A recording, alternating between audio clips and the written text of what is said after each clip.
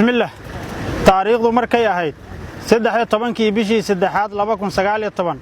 waxay maxkamadda darajada koobaad ciidamada qalabka sida u fadhiisatay dacwad ciqaabeedkii loo heestay eedaysanayaal 1 canshuur cismaan abuukar cumar asad ina faadumo aadan cismaan 23 jir ah ku dhashay shabeellaha dhexe 2 maxamed cali boorow aadan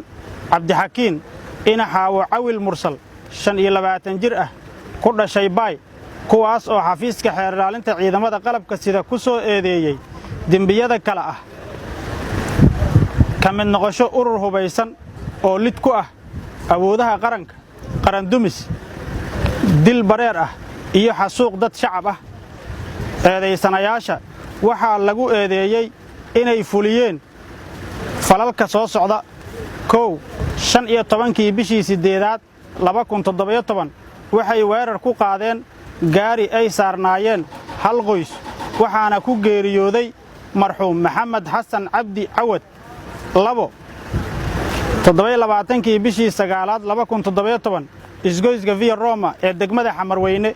waxay mar kale ku weerareen gaari ay saarnaayeen labada marxuum ee kala ah 1 marxuumad canab cabdulaahi xaashi oo ahayd xogayihii guud ee ururka haweenka qaranka Soomaaliyeed 2 marxuum axmed jaamac xirsi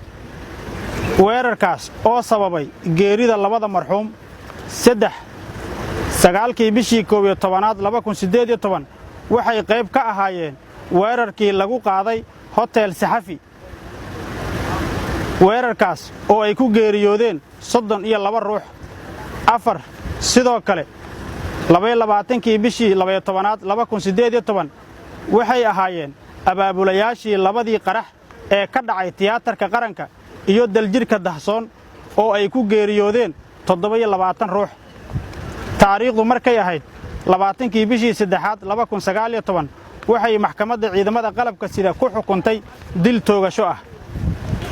labada xukun sane ayaa xukunka maxkamadda racfaan ka qaatay 6 bishii 4aad 2019